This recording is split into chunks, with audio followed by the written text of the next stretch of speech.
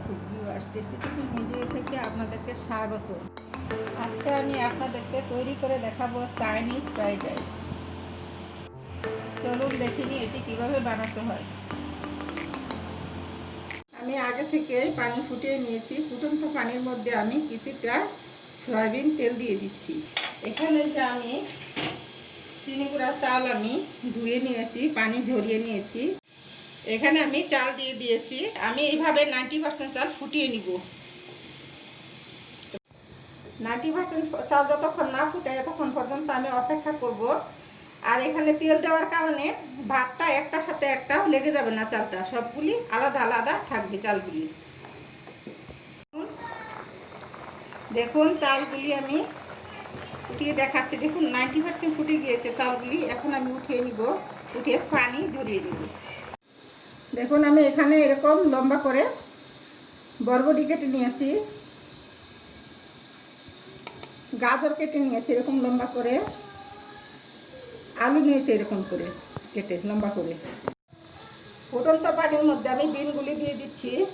Half boil করে নিব। আমি পুরোপুরি সিদ্ধ করব না, হালকা সিদ্ধ হলেই আমি উঠিয়ে নিব বিনগুলি।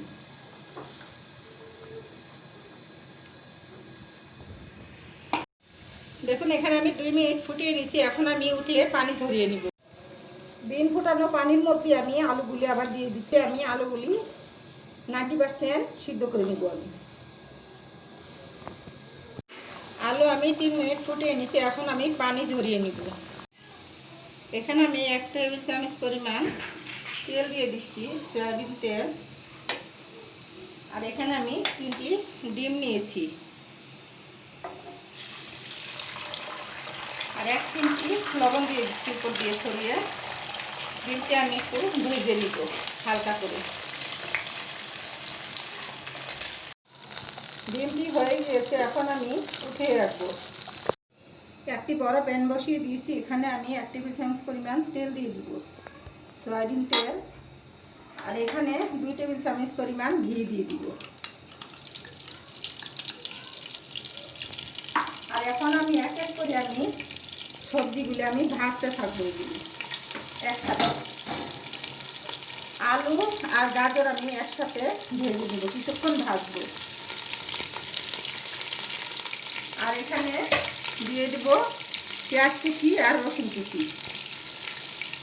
4টি রসুনের কোয়া নিয়েছি কুচি করে, আর 2টি ছোটো ছোটো পেঁয়াজ নিয়েছি কুচি করে। এখানে দিয়ে দিচ্ছি আমি গোলমরিচের গুঁড়া, সাদা গোলমরিচের গুঁড়া 1 চা চামচ পরিমাণ। এখানে দিয়েছি আমি ছোট একটি আদার টুকরা কুচি করে নিয়েছি আমি। এবার আমি 5 মিনিট নাড়ব। এখানে আমি 5 মিনিট ভেজে নিয়েছি। এখন আমি এখানে বিনগুলি দিয়ে দিব। এখানে বিন দিব, কাঁচামরিচ দিয়ে দিব, কুচি করা কাঁচামরিচ 7-8টি মরিচ আমি কুচি করে নিয়েছি।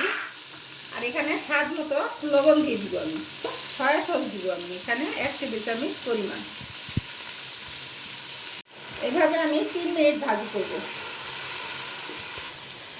3 মিনিট ভাজার পর আমি এখানে সবুজ মটর দিয়ে দিয়েছি আমি। এখন আমি এখানে চালের যে ফুটিয়ে নিয়েছি চালগুলি আমি দিয়ে দিচ্ছি। এখন আমি ভালো করে আমি মিশিয়ে দেবো। এইভাবে আমি ভাজতে থাকবো কন্টিনিউ। এভাবে অনর্গল আমি নাড়তে থাকবো আর ভাজতে থাকবো, সবগুলি মিশিয়ে দেবো।